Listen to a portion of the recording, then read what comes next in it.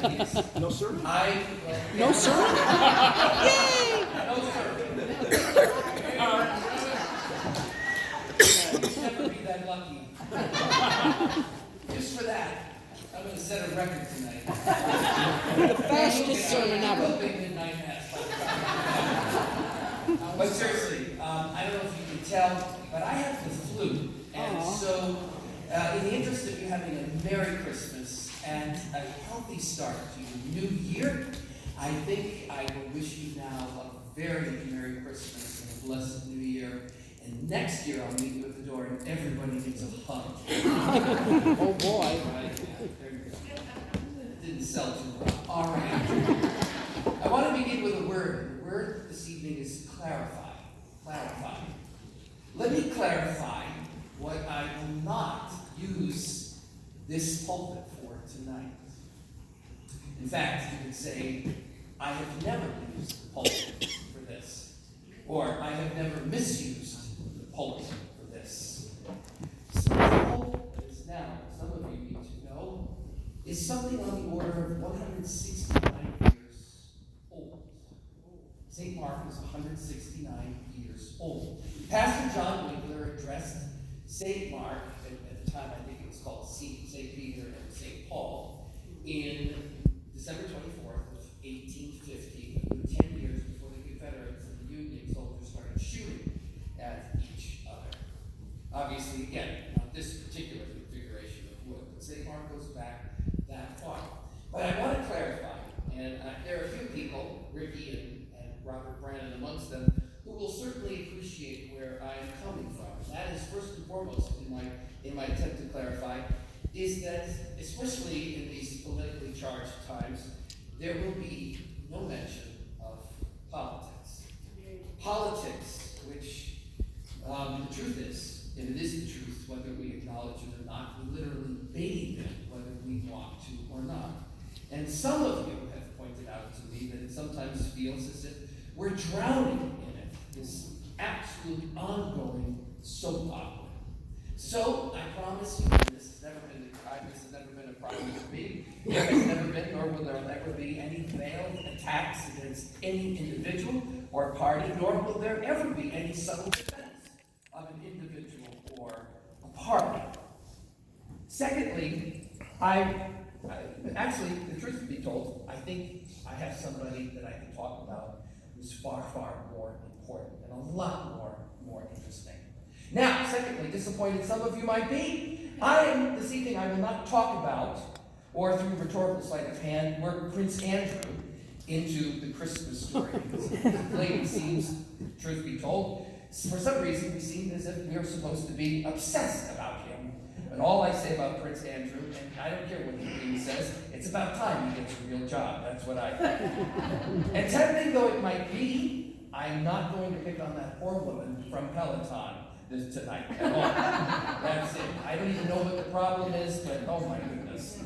All right? Though, when it comes to Peloton, I would counsel each and every one of you, and you know this is the truth. I would exhort you fervently, save your money. You know as well as I do that your basement and my furnace room are a testament to the foolhardiness of that. And all that exercise equipment eventually ends up being a place to hang your laundry. Isn't that the truth? Can I get an amen? Amen. Everybody should have said amen. I'm going to come to your house and go, see, I told you. Listen. There is a point to all this. There is a man, a professor, with a PhD no less, who arrives after many years at the promised land of tenure. And he decided, not long after that he just couldn't take it anymore.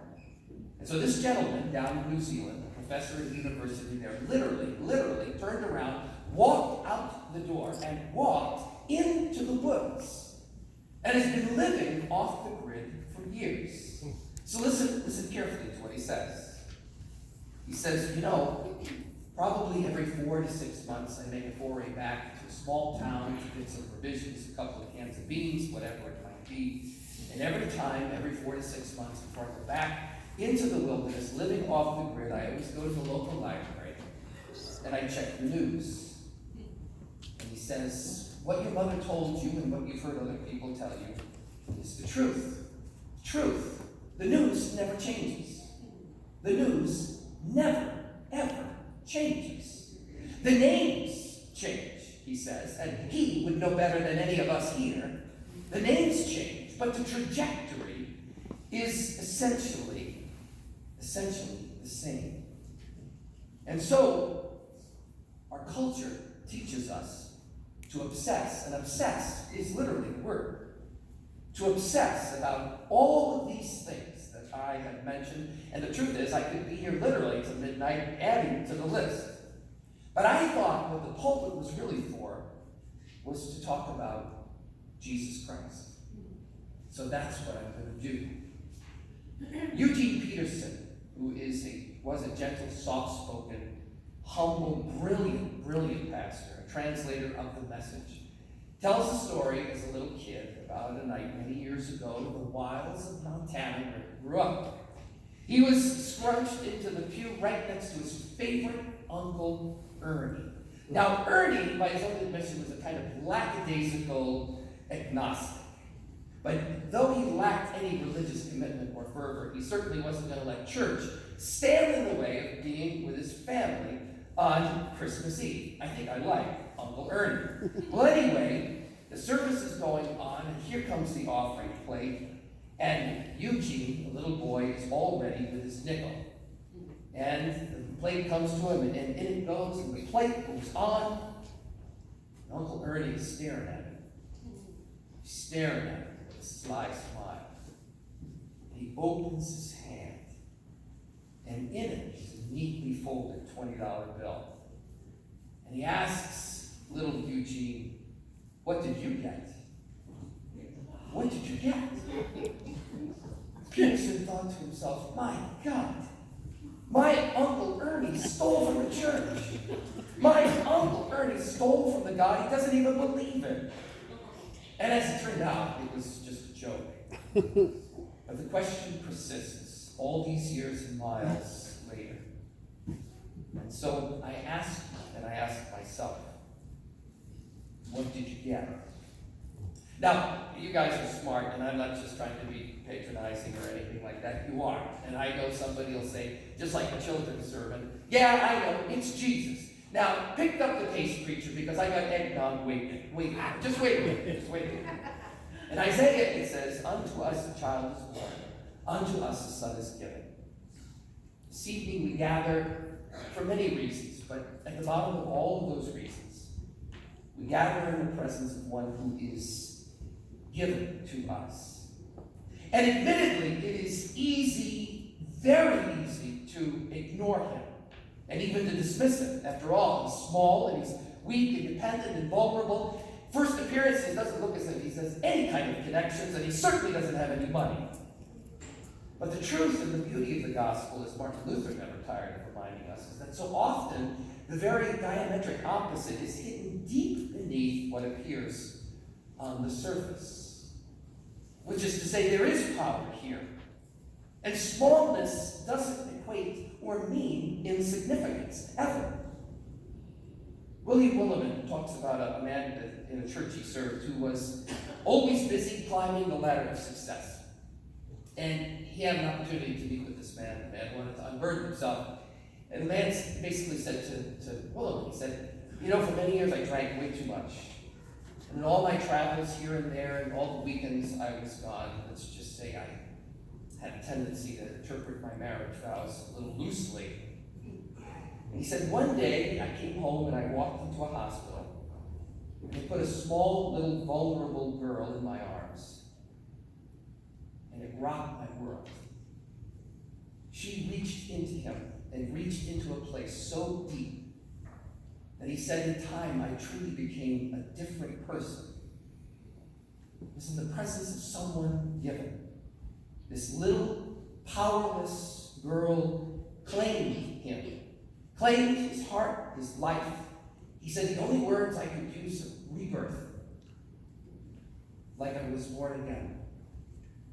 And this little one, as you well know, claimed Mary and claimed Joseph, and correctly testifies they were never the same again. And this one, no longer a little one, makes a claim upon you, too, your heart. He says, You know what? In a couple of days, you can clean up all the wrapping paper. You can put the boxes away. You can throw that tree, that sad-looking tree, out by the side of the road, tinsel and everything. How sad is that? But the reality is it's still present. It still makes a demand upon each and every one of us, a demand that is unknown in any other human encounter. A demand that comes to us in the words, "Follow me." We live in a world where, as that professor says, a world where the story essentially never ever changes. The stories, just today and tomorrow. Sordid stories, stories about the abuse of power, stories about greed and of toxic self-centeredness.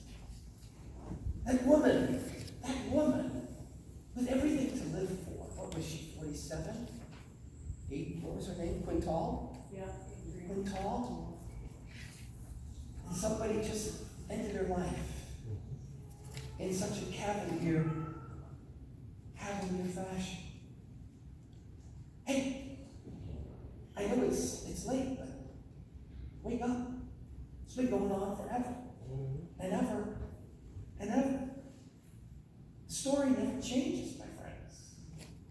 And the thing that gets me the most, and makes me sometimes fear for not just the United States of America, but Western culture, is the absolute mind-numbing superficiality. We are told constantly to be obsessed. What's her name? Kylie Jenner? I don't know why. Do you know she's a billionaire? Yeah. You know what? Why? I show you my cards. I have no problems with people making money who add value to life. But really? Really? If that's not a sign of the decline of Western civilization, I don't know what is. And then the reality is, my friends, we are in the presence of one who is given to us tonight. And whether the world changes or not, the truth is you can be changed if you heed his invitation to follow. Not just one night a week, but throughout the year. Next year, when you come here and we gather in the same sacred space, the story will still be the same. It'll still be obsessed with politics. Some of the names will have changed. But you can be a different person. You can be a different person because of Jesus Christ. Sam Wells, who is at St. Michael's in the Field in London, a true gift to the pulpit if ever there was one, says the ordinary shepherds became angels on this very night. Messengers, and so can you.